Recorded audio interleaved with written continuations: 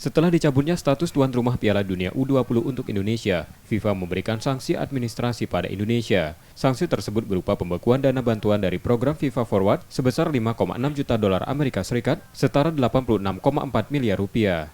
Sriwijaya FC berharap sanksi tersebut tak berdampak pada kompetisi sepak bola tanah air. Tentunya ini harapan kami dari klub Sriwijaya FC tidak berdampak gitu kepada kompetisi, baik itu Liga 1, Liga 2, semuanya kegiatan sepak bola Indonesia tidak berdampak begitu besar. Rencananya PSSI akan menggunakan dana bantuan FIFA untuk pembangunan pemusatan latihan sepak bola di IKN. Nur Muhammad, Kompas TV, Palembang, Sumatera Selatan.